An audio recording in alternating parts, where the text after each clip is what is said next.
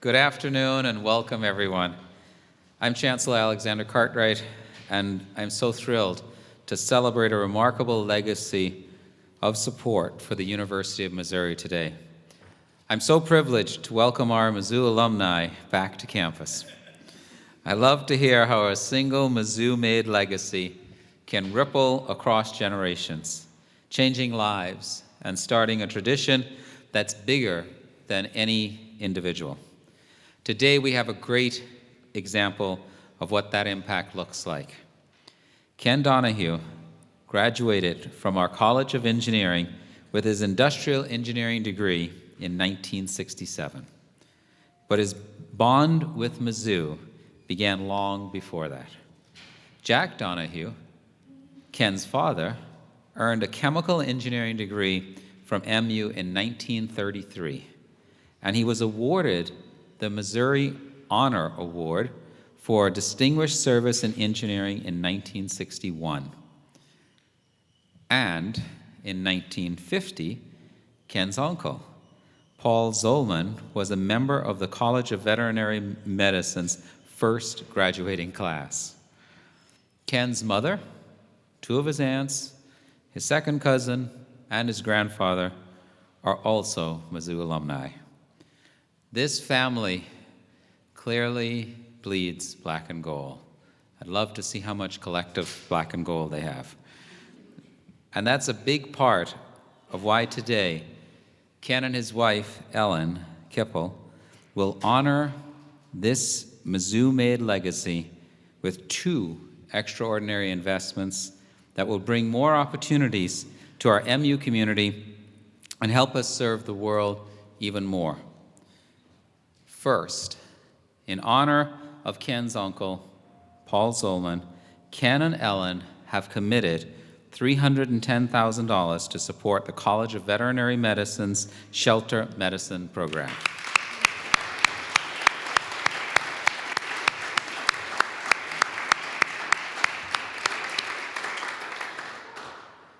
I know you'll hear more about this a little later, but our MU Veterinary Health Center is already a leader in animal disease diagnosis, research, and treatment. And the Shelter Medicine program brings these state-of-the-art resources to the animals and caretakers that need them most, while also providing hands-on learning opportunities for our veterinary students. Through Ken and Ellen's support, this program will enable us to increase access to our surgical facility and mobile surgical shelter medicine unit.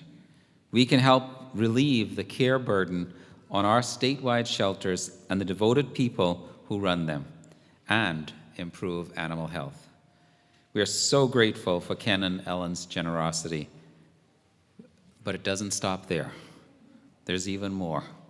In honor of Ken's father, Ken and Ellen have also committed $1.4 million to establish the Major General Jack N. Donohue Fund for Diversity and Inclusion in Engineering.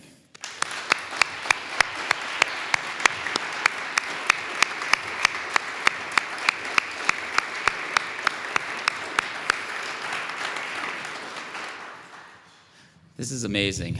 Our College of Engineering students, faculty, and staff work hard every day to solve the world's grand challenges. But to fulfill such an ambitious mission, one that reaches all across Missouri and around the world, we rely on the collective brilliance of our people, who come from all different backgrounds and experiences. Together, we can innovate better ways society works and lives, and we can discover the boundless solutions that solve these boundless challenges. Ken and Ellen's gift will support the Office of Diversity and Outreach Initiatives and its Inclusivity Center. This enables the college to continue building a world-class educational and scholarly environment that is accessible to everyone from everywhere. We are so honored that Ken and Ellen can help us further our collective work as a diverse and global community. And we can't thank them enough for their immense generosity. Today's $1.7 million in support of Mizzou raises their total giving to more than $3 million.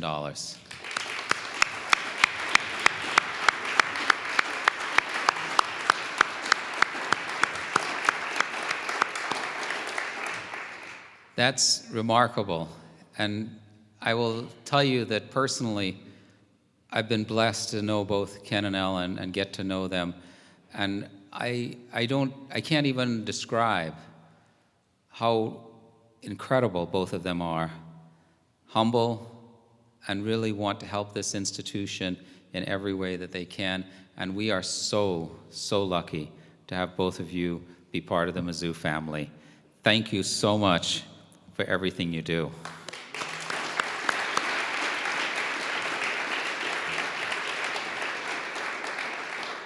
And now I'll also say what I was supposed to officially say. It's okay. On behalf of our entire community, thank you for your incredible vision and love for Mizzou. Your generosity enables us to be a university that serves our state, our people, society, and the world. And now I'm pleased to welcome first Dean Elizabeth Laboa of the College of Engineering to talk more about the impacts of this remarkable gift on her college. Thank you. Dean Laboa.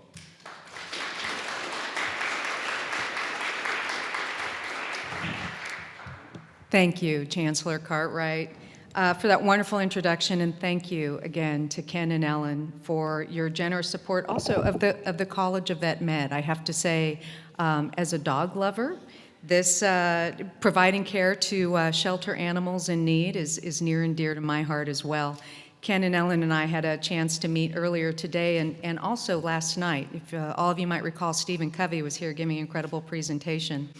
And I showed them this morning in my office while we were talking, and I was thanking them, my copy of The Speed of Trust, which over the last couple of nights, my wonderful dogs, my shelter dogs, had truly embodied, literally.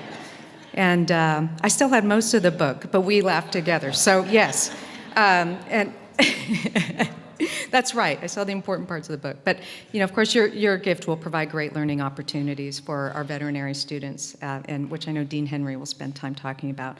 But of course, your generous gift to vet medicine would have been reason enough for us to celebrate and gather here to express our gratitude. But I can't thank you and express how much we want to honor you for your commitment to the College of Engineering. As the Chancellor said, it's a commitment that goes back decades to 1933, when Ken's father, Jack Donohew, received his degree in chemical engineering from Mizzou, and Ken followed in his father's engineering footsteps, earning his degree in industrial engineering from our college. What wasn't mentioned is something that I've learned more and more about the wonderful partnership and relationship. Ken met Ellen in 1975 while working as a group underwriter for an insurance company in California. And in 2007, while officially Ken and Ellen retired to Oceanside, California, I don't think either of them are really retired. They're very active in their community, they're interested in political activities, and they're involved with animal rights issues. But what really, I would say beyond that, means so much to us, and I'm looking at Assistant Dean for Inclusive Excellence and Strategic Initiatives in my college, Tujan Rahal, and Hillary Mueller, the Director of our Diversity and Outreach initiatives in the college. They also care deeply about supporting minority students from different backgrounds, and women, which are still a very underrepresented minority in engineering. And this is something I have been passionate about since becoming the first woman dean of the MU College of Engineering in 2015. Ken and Ellen's gift to the college, a $1.4 million donation to establish the Major General Jack N. Donahue Fund for Diversity and Inclusion in Engineering, will build upon the diversity and inclusion initiatives we have established at the college.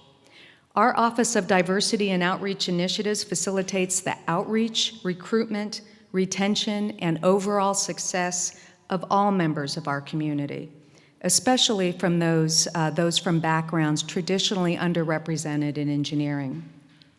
We provide professional development programming surrounding inclusion, equity, and diversity for all of our students, staff, and faculty, and we house the Inclusivity Center, which provides a physical space where everyone is welcome. Our Women in Engineering program seeks to provide resources for prospective women students who want to change the world through engineering. And the college and this program also focus on recruiting, supporting, and retaining women students by creating a more inclusive environment.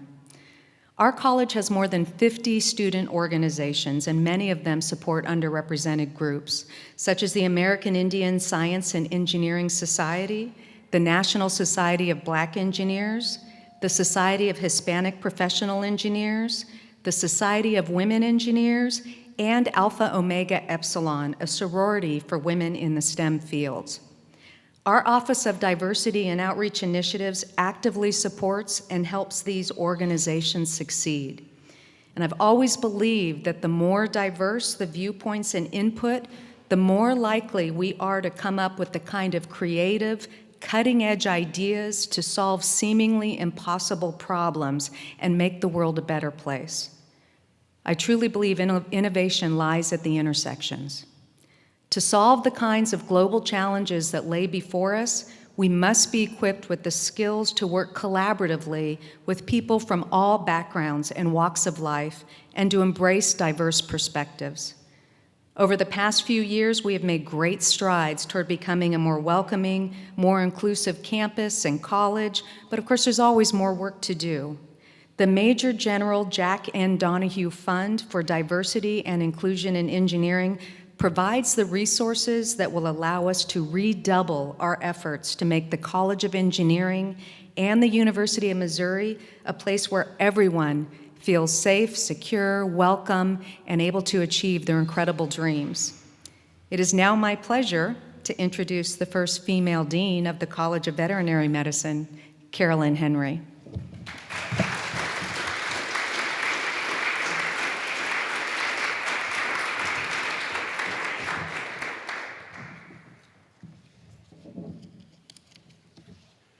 Thank you, Elizabeth, for your comments. And thank you, everyone, for being with us here today for this wonderful event.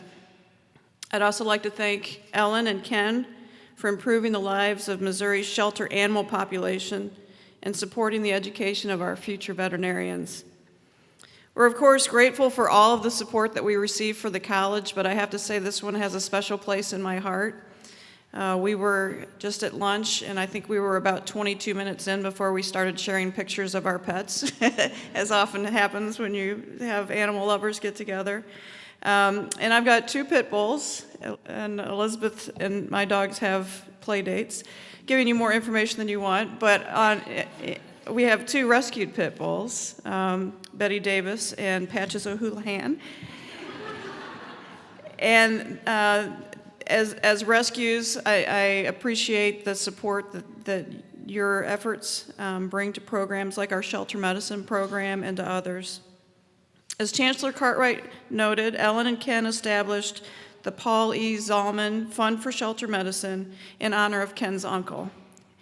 Dr. Paul Zalman advocated for training veterinary students to be proficient in all areas of veterinary medicine, which is fundamental to the tenet of our curriculum at the College of Veterinary Medicine.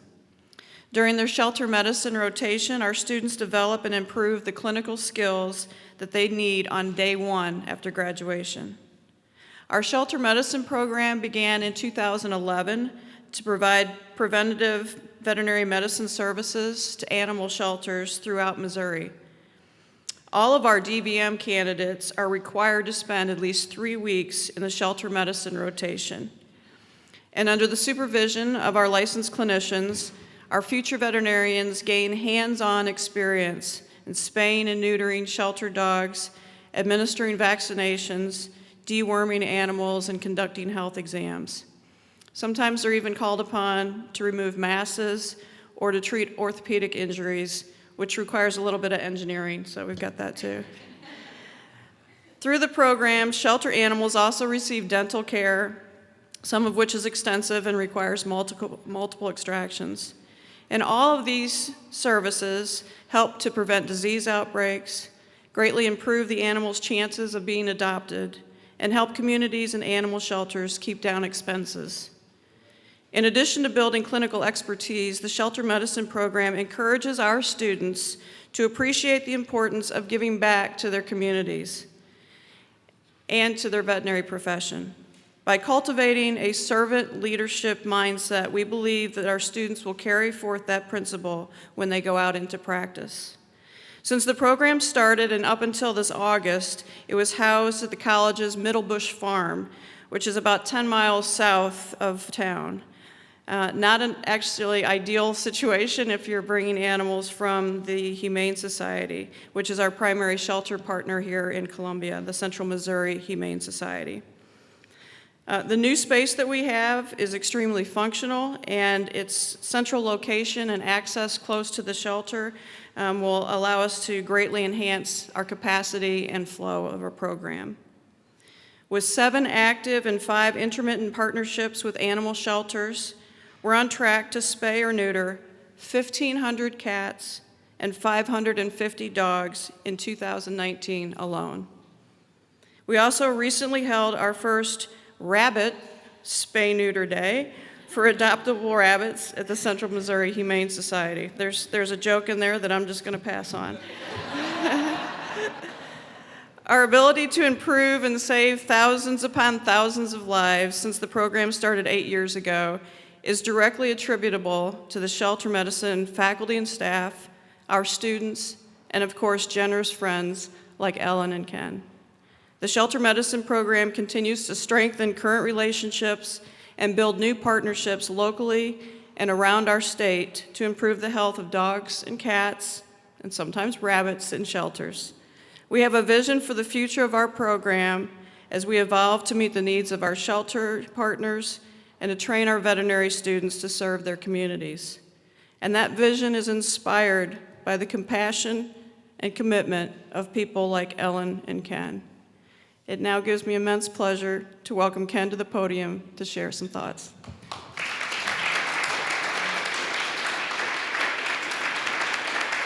And Ellen.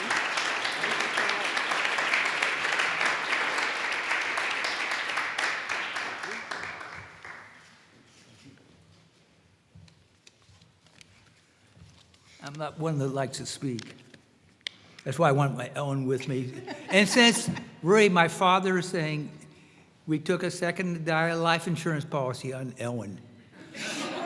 I tried to get both of us, but we couldn't because they wouldn't insure me because I had prostate cancer, so we had to insure it through Ellen, and so that's why we're going to use this. At the end, I'm going to get Matt and James to come up because I want to thank them. I started here in Columbia. I went to first grade here in Columbia, Missouri. My father was stationed in Japan during the Korean War time frame, so the year before I went to the Philippines, I started at Grant School. I can remember playing around this school over the years and all that as a kid.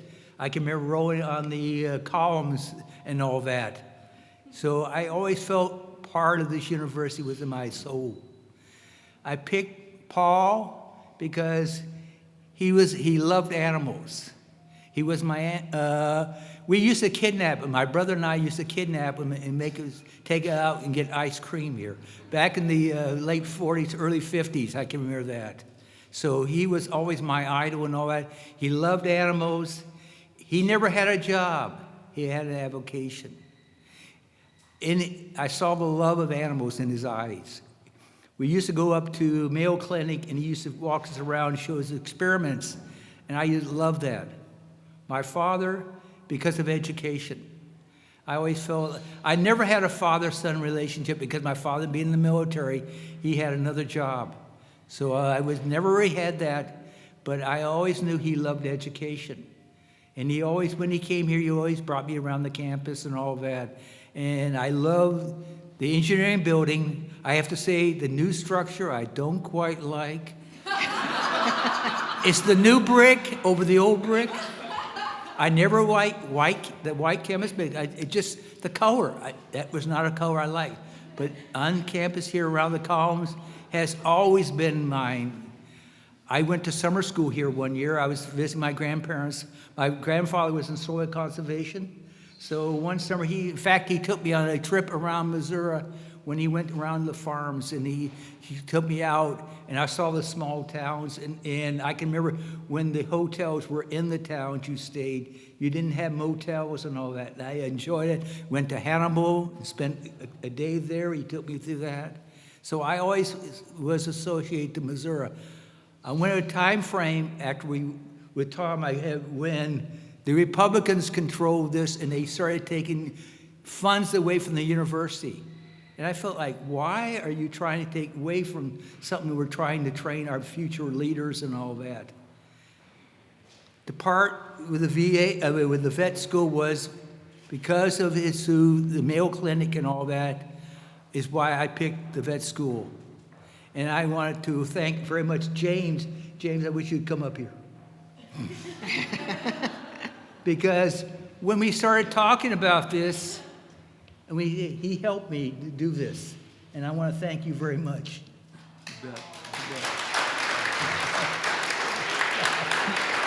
We've been involved. No, I want you to stay here.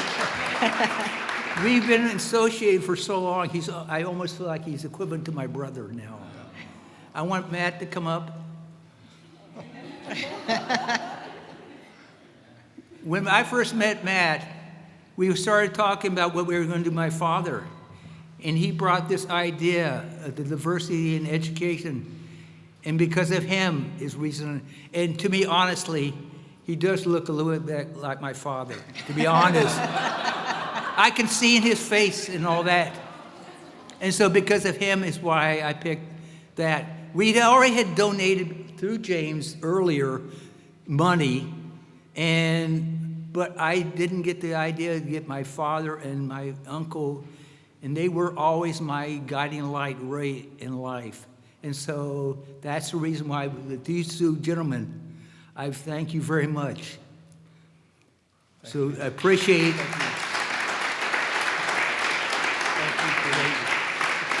Thank you, Matt. I like to end this. This is, if you remember Elijah Cummings, who just died from Baltimore, he had a statement he said he read in when he got first elected to Congress. I only have a minute, 60 seconds in it, forced upon me. I did not choose it, but I know I must use it.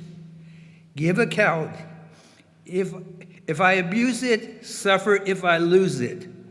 Only a small little minute, but eternity in it. And so I join you as we move. So I wish everybody here, especially the students, prosperity in life and happiness. And because I have to say, education will give it to you, but you have to have your friends with you. And as of last night, trust. Trust is very much so, because through my life, I could see it, and I wish we could train it. And it's something that I wish you could bottle it, and you could eat it, and you know what to do. But that is the most important thing. Friendship, trust, integrity in life. I wish upon everybody and thank you.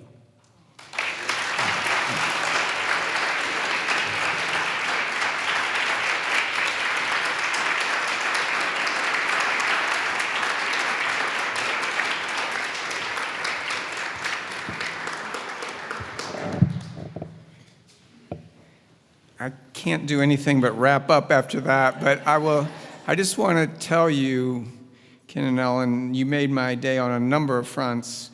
Our staff and our team in advancement work really hard to build relationships and develop, try to find that nexus between donors' interests and philanthropic intent and university goals. And for you to honor two of our staff members tonight means a lot. That doesn't happen that often. And I want to thank James and Matt also, but also just for our team. Thank you for doing that. And I also want to say that Ken is one of those individuals who not only is incredibly supportive of Mizzou, but he also lets you know when he doesn't agree. So after 2015, I was getting a lot of emails from different people, and Ken would regularly send me updates or questions about why isn't the state and others supporting Mizzou, and I really appreciated that perspective, and you really brought a kind of a different spin on some of the other things that I was hearing at the time, so I appreciated that. You're also, I just want to close by saying you're also role models. So I know Elizabeth agrees with this, but you know, I've worked in this field for over 35 years. Inclusion and diversity gifts are very rare, and I think and I believe your gift will inspire others to consider something like this. We are very interested in inclusive excellence. It's one of the pillars of the university and systems goals. And so I really think that you will be a role model for others as well. So we really appreciate that. I want to wrap up by just saying that this year we saw a record-breaking $200 million year in support. We had $29 million gifts. And it's because of these relationships that are built, and I always say everybody's for more money, but when you look at the impact of these two gifts, it's why I'm particularly proud of what we do, and so thankful for what the impact of what that will be like for Mizzou. And as I say in closing, endowments, when we're all gone 100 years from now, and many of these buildings will be gone, those endowments are going to still be there honoring your legacy, your family's legacy, and I thought it was particularly telling that you decided to honor someone else's name in your family, not your own. That also is an incredible tribute to who you are and the integrity that you bring, both of you. So again, let me close today with one more round of applause for Ken and Ellen.